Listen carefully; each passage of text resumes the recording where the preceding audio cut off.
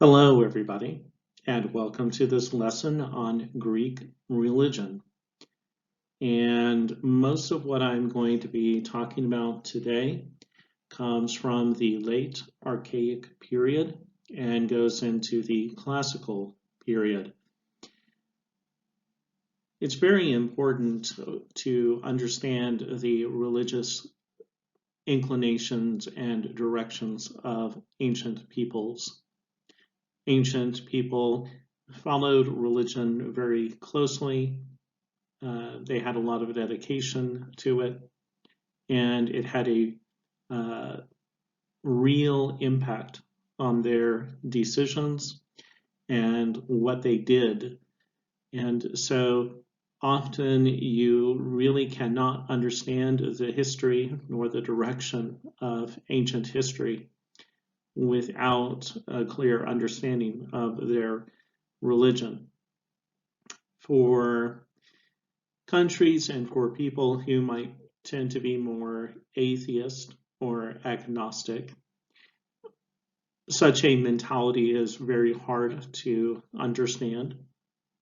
For people from the West, so people from America, Canada, Mexico, England, Europe, the idea and the concept of basing decisions and ideas in a religion is, while perhaps fading, still very prominent and understandable. And that's why we continue to look at the various religions of the people that we are studying.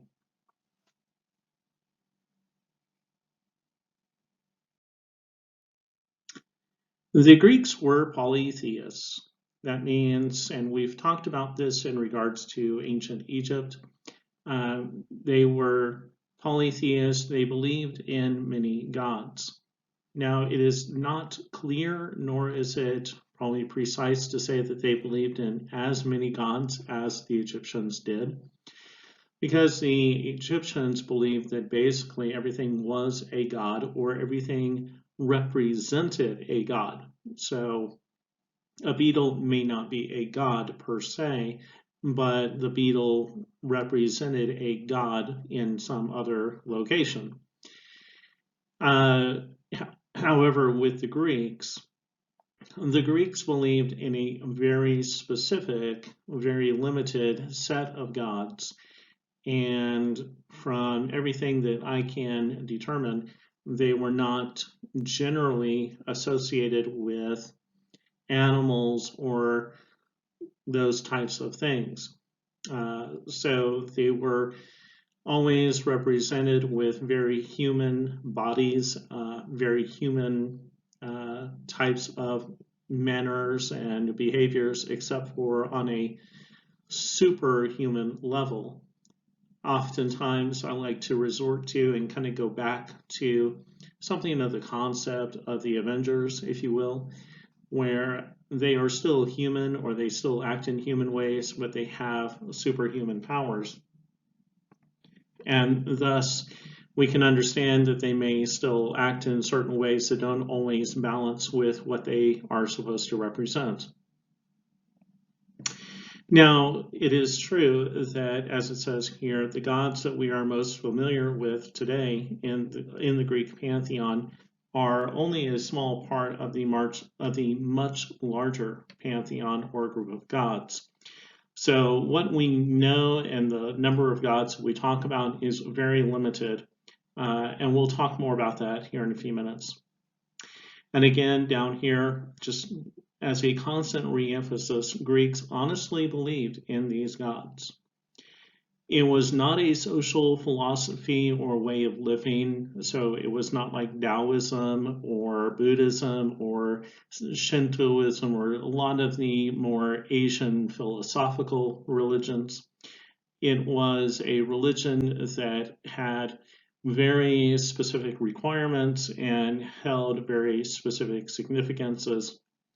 And so they would engage in rites, prayers, and sacrifices to these specific deities. And As talked about, Homer really encapsulated in his stories with the Iliad and the Odyssey of the character and the nature of the gods. And some of these were developed and further explained through various plays and other forms of literature, but it was the Iliad and the Odyssey that really set the basis for and the primary character and nature of the gods. Now, even in wartime, belief in the gods directed whether they went to war and when they would fight a battle. And we'll talk about that here in a few minutes. So you can see that it was a very real and very important part of their lives. So Zeus was the father of the gods, thus they were basically a divine family. Now there had been a group of gods earlier who were called the Titans, but basically Zeus fought against the Titans and overcame the Titans.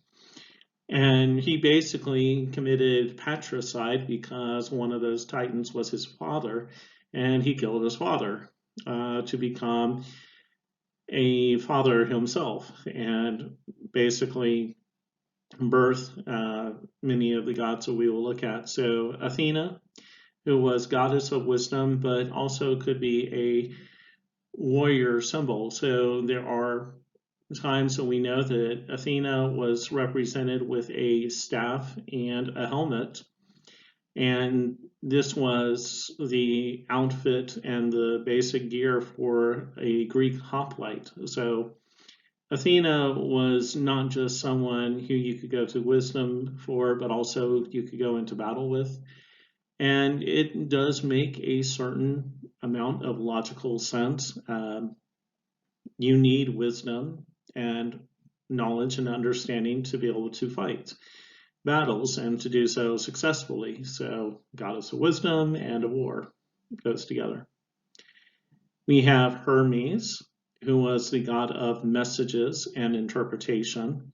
So if you got a divine message, that was Hermes. And there is a science called hermeneutics, which is the art of interpretation. How do I read this and understand this?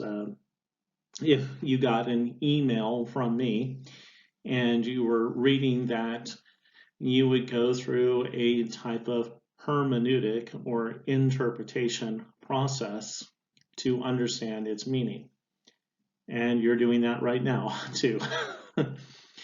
So we have Apollo, who was the god of laws and represented by the sun, but he was not necessarily a sun god. So many times in our understanding, and this was also true of the Mesopotamian gods, the gods were not the physical sun. It wasn't that the physical sun was a god. It wasn't that a lightning bolt was physically Zeus himself. It was that those objects most accurately described and represented the nature, the character, and the power of that specific god. So the gods were separate from these objects, but they were represented by those objects. And I hope you can get the nuance and the clarification of that because it's very important to understand. Many older texts and many older historical texts did not make that difference, but increasingly we are trying to make it very clear to people that there is a difference, that the god was not that specific object, but he was most thoroughly represented by it. All right, so Poseidon, god of the sea. And he was represented by the sea, and he was believed to be in the sea. And it was believed that the sea was his domain. So anything that happened on the sea was influenced by the decisions of Poseidon. Hades was the god of the underworld and death. It was Hades. Uh, Now, Aries was the god of war. I don't know if you've seen Wonder Woman, the last one that came out, I think in 2016, 2017. But yes, Aries was the Greek god of war. But no, he did not speak with an English accent. Okay, so we have Hephaestus, who was the god of fire. Dionysus, who was the god of drinking, festivals, and pleasure. So all three of those things, which normally go together in festivals or in holidays and stuff. You see all these very logical connections here. Nobody is acting out of in an illogical manner. We have Aphrodite, obviously the goddess of love.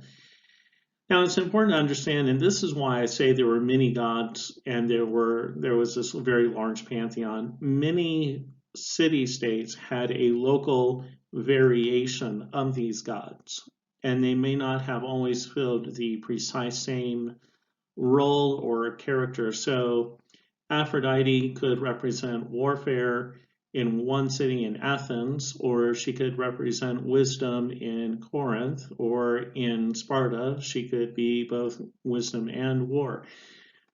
There were a lot of changes to these gods, and if you went from one city-state to another and you asked people about the identity and role of these gods, you would always get a slightly different story. So that is why I also say you have to be very careful. Greece was not a unified, 100%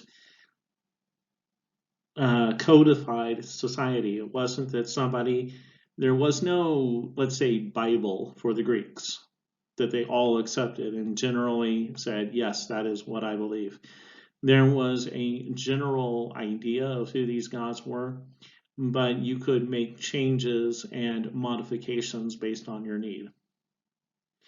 One thing that everybody did agree on was the Oracle of Delphi. Delphi was a religious city. It was basically a temple complex, and that's why I say cultic or religious center shared by all the Greek city-states.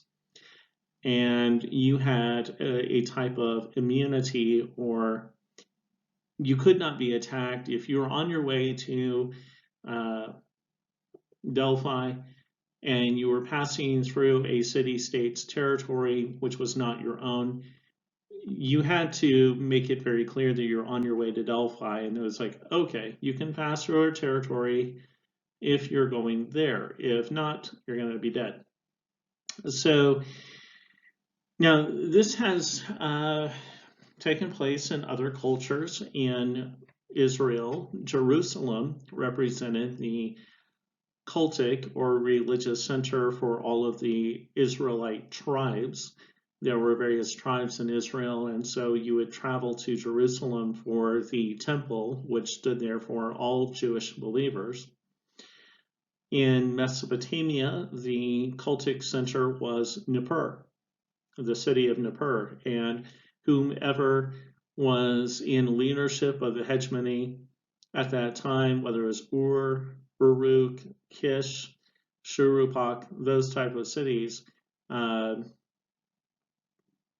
they would, in order to make a full and valid claim on being the hegemon, you would have to possess the city of Nippur, where the biggest and greatest of the cultic practices took place. Again, just bears incredible and definite repeating. Greeks truly believed in the existence of their gods and daily practiced a type of religion and faith. It wasn't held in some theoretical once a year, maybe I'll give lip service.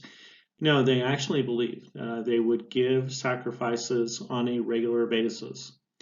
Many kept household idols or objects to remind them of their gods and their presence, and would make sacrifices to the god and would make sacrifices in honor of the god.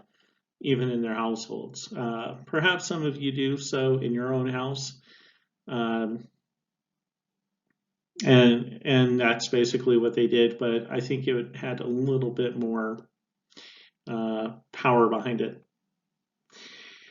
And they would open animals, they would cut open an animal and look at the intestines, or what are called the entrails, to see if their planned activity was approved or not approved by the gods. So war, marriage, planting, many daily and very big life decisions were dependent on the what were called auspices. Sometimes you'll hear somebody speak of in English that was a very auspicious sign, or it was an auspicious time. What that means is the auspices were the favor of the gods. The god, when you cut open the goat and you looked at its intestines, the intestines were arranged in such a way as it said, yes, you have the god's approval on this. And so sometimes they would go into battle simply because the intestines were in a particular arrangement. When I was a kid, one of the fun things that everybody had was called a magic 8-ball. And you would just kind of shake it up, and a random answer would float up, after you'd asked a question. And whereas most people felt it was entertainment, some people actually did live their lives by that.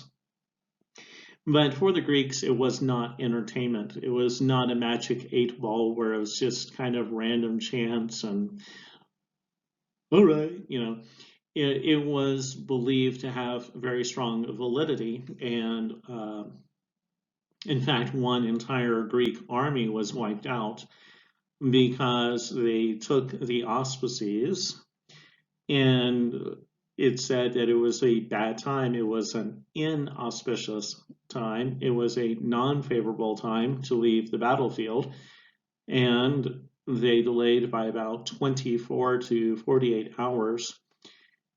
Ultimately, every single soldier was cut down, killed, or taken prisoner. And Athens lost a war largely based on that, on entrails. Thank you for your attention.